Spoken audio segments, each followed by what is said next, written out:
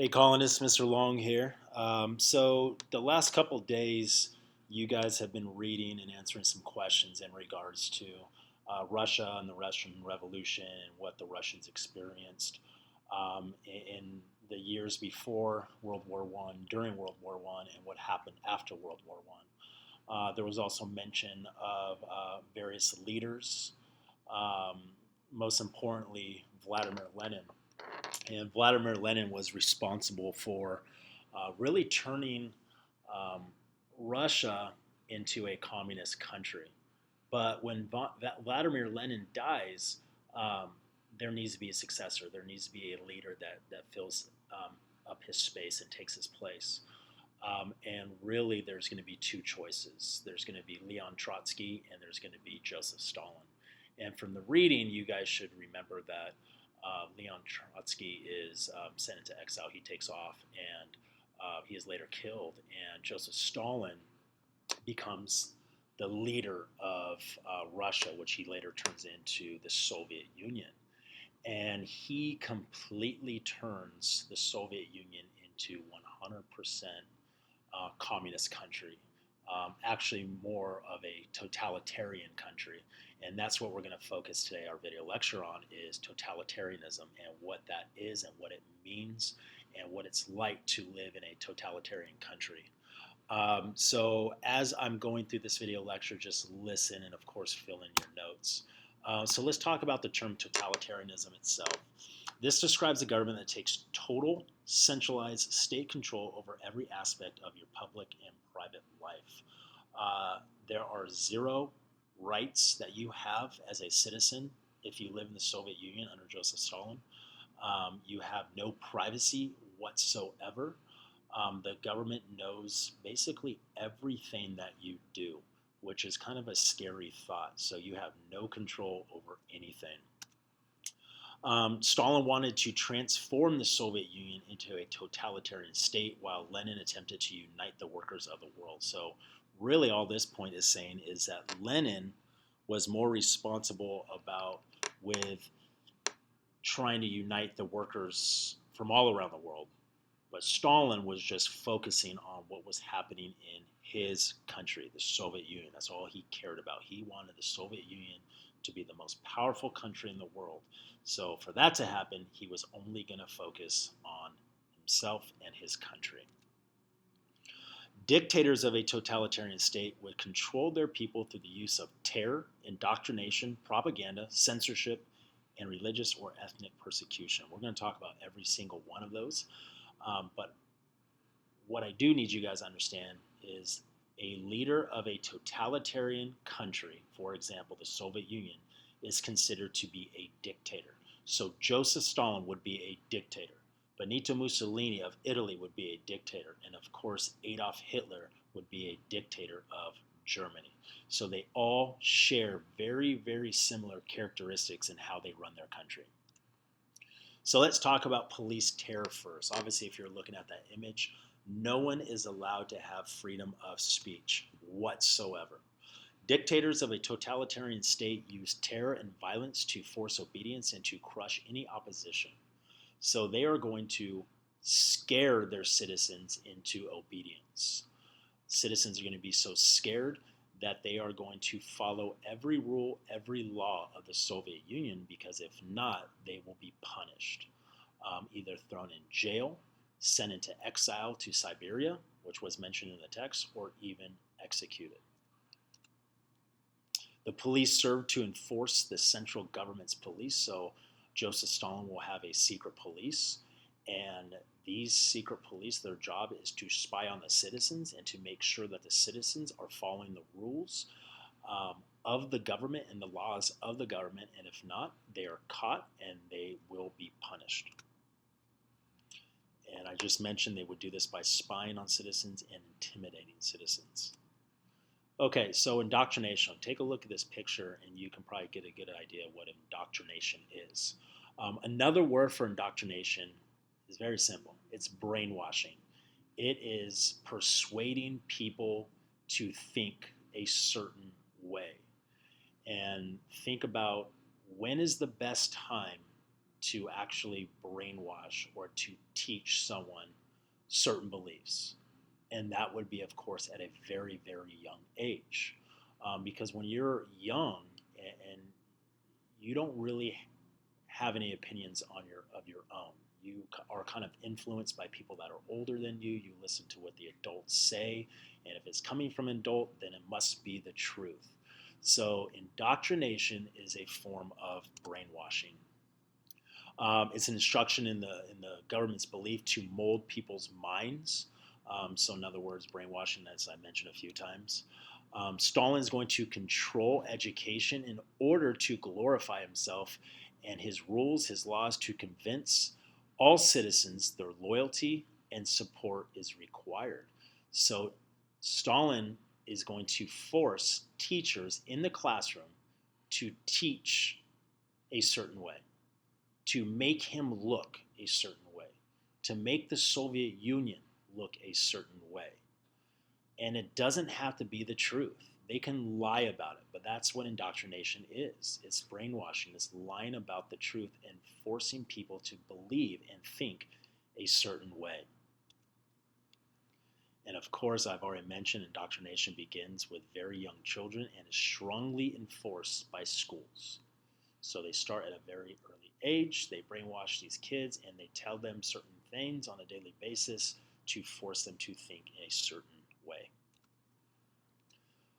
Propaganda and censorship. So take a look at this propaganda poster, which was created in the Soviet Union by Stalin. And if you look at this propaganda poster, remember we've talked about propaganda before, it gets you to think a certain way. So it persuades people into thinking a certain way. Now, if you're looking at this propaganda poster, of course, you see Joseph Stalin. He's holding a baby, and the baby is holding the Soviet Union flag, which shows you nationalism, taking pride in your country, wanting your country to be the best, the strongest. And you start that way of thinking at a very, very young age. Now, if you look at this picture and you've had no knowledge of Joseph Stalin and the way he treated his people, you would think that he's a nice guy. He's holding a baby, for God's sake. This guy could not do any harm to anyone. But if you actually read about him and you know the facts about him, you would know that he would be responsible for over 20 million people being killed or executed, his own people. So propaganda is meant to persuade people into thinking a certain way. So totalitarian states spread propaganda or biased or incomplete information, like I mentioned, to persuade people into accepting certain beliefs. No publication, no film, no art, no music is allowed to exist without the permission of the government, without permission of Stalin. We already read how certain groups of people, such as the Jews, were persecuted because of who they were. They became enemies of the state. All of the things that were going wrong in the country were going to be blamed on them. And of course, this was practiced early on before Stalin with the pogroms, the violence against the Jews and their businesses being destroyed and their synagogues being destroyed and them being persecuted for who they were. These people are easily identified and are subjected to campaigns of terror and violence. Later on, when we talk about Hitler and Nazi Germany, of course, with the Holocaust, you are going to be able to easily identify a person if they are Jewish or not because of the patch that they are forced to wear on the outside of their clothing. It labels them. So you can pick people out in a crowd and know exactly who they are. These people may be forced to live in certain areas and are subjected to rules that only apply to them. When we get to the Holocaust, guys, we are going to talk about the ghettos. And the ghettos are areas where these people are going to be forced to live. They're going to be segregated from the rest of the population, and they are going to be forced to live with each other. Police state. Stalin's secret police uses tanks and armored cars to stop riots, so he's going to once again scare and use violence and terror to scare people into believing certain things. They're going to monitor and tap phone lines. They're going to read mail, and they're going to plant secret informers everywhere. They're going to constantly be spying on their people to make sure that their people are staying obedient and they are not going against their country and their government, the Soviet Union. And finally, the Great Purge. The Great Purge is started in 1934, and it's his. When I say his, I'm referring to Stalin. It's his way to get rid of so-called enemies within his Communist Party. The Great Purge was a campaign of terror directly at eliminating anyone who threatened his power. So anyone who opposed Joseph Stalin would be dealt with. And when I say dealt with, I'm referring to jailed or executed. People were either executed or sent to labor camps called gulags, where they were forced to work because of their opposition to him, to the government. And there was an estimated 8 to 13 million people killed because of this. Now, it was all purely accusations. Some of these people may not have even been saying anything bad about Stalin or the government or about the Soviet Union, but it was just accusations, and they were accused of basically treason, and they were executed for something they possibly never did. And 8 to 13 million people were killed as a result of this. I've already mentioned ethnic persecutions. Now we talk about religious persecutions. Communists aim to replace religious teachings with the ideals of communism. Stalin was anti-religion. Religion means tradition, and he does not like tradition. He wants to change things. The Russian Orthodox Church was the main target of persecution. Many priests were executed for their beliefs. The police destroyed churches and synagogues, and many religious leaders were sent to labor camps or even killed. His economy, we talked about the new economic economy or policy, with Vladimir Lenin. Stalin has his own in 1928.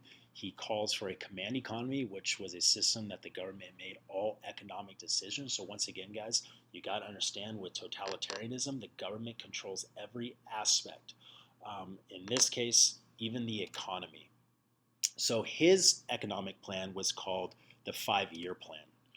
And the 5-year plan set very, very high quotas or numerical goals to increase the output of steel, coal, oil, and electricity. So what this means is manufacture, manufacture, manufacture, industrialize, industrialize, industrialize. Manufacture as many goods as you possibly can so you can sell those goods and make money. But the problem is if you manufacture lots and lots of goods, eventually there's going to be a surplus or leftover goods and you can't sell those, which end result means you lose out on money. To reach these targets, the government limited production of consumer goods such as food, clothing, and shelter. So instead of producing goods like basic necessities that people need to survive from day to day, these consumer goods are going to be replaced with goods such as steel, the manufacture of goods, if it's weapons, if it's anything that has to do with industrialization. So those goods will replace consumer goods, and consumer goods are goods that people need in order to survive on a daily basis. So I've already mentioned industrialization. Finally, the agricultural revolution, guys. Obviously, agriculture has to do with farming and food. So in 1928, the Soviet Union is going to take over 25 million privately owned farms and combine them into large government farms called collective farms. So he is basically going to take all privately owned farms, he's going to combine them into giant farms, and those farms are now owned and controlled by the government. And the peasants or farmers have absolutely no say. These large farms would produce food for the entire country. That's the whole purpose of these collective farms, is to provide food for the entire Soviet Union and their people. Many peasants, of course, are going to resist. They don't want to give up their land that they own, especially the kulaks. And the kulaks are wealthy peasants, and this is going to result in 5 to 10 million peasants dying because of what Stalin is attempting to do with the agricultural revolution. That is going to go ahead and wrap up today's lecture, guys. Please go back if you need to and fill in the blanks of your notes. Thank you.